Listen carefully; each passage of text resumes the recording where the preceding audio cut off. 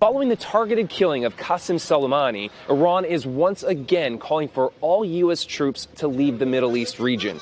And exactly how it intends to achieve that is making a lot of people nervous. Now, think about Hezbollah. That's the terrorist organization based right here in southern Lebanon. This is the heartland, and people have a lot of reverence for that group because while we may see it as an Islamist militant group, they see it as the protector of this city, which as recently as 2006 was under heavy shelling from Israel, which is just on the other side of the border. The scars of that war are all around us, so people in Hezbollah are seen as heroes to a lot of people here.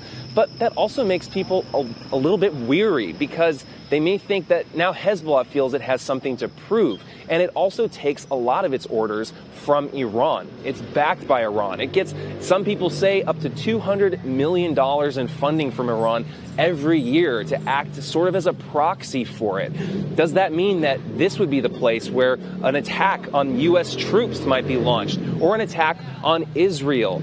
Now, Hezbollah has also been calling for the ouster of U.S. troops. Specifically in recent days, following the killing of Soleimani, they held a massive memorial service for Soleimani in which the leader of Hezbollah, a man by the name of Hassan Nasrallah, predicted that U.S. soldiers would leave the region in caskets. And that's an ominous reference to the 1980s when Hezbollah and other terrorist groups in the area effectively did that. They made it so the United States eventually decided to leave by using bombs at U.S. diplomatic sites and at a Marines barracks. Eventually, the Reagan administration decided it was time to go, and now they're hoping they can convince the Trump administration to do precisely the same thing. However, for right now, that doesn't seem to be the case. Trump is only sending thousands of more troops to the region.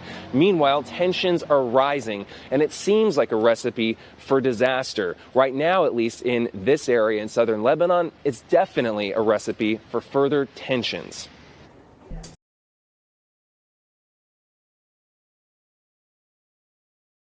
Hey, NBC News viewers, thanks for checking out our YouTube channel. Subscribe by clicking on that button down here and click on any of the videos over here to watch the latest interviews, show highlights, and digital exclusives. Thanks for watching.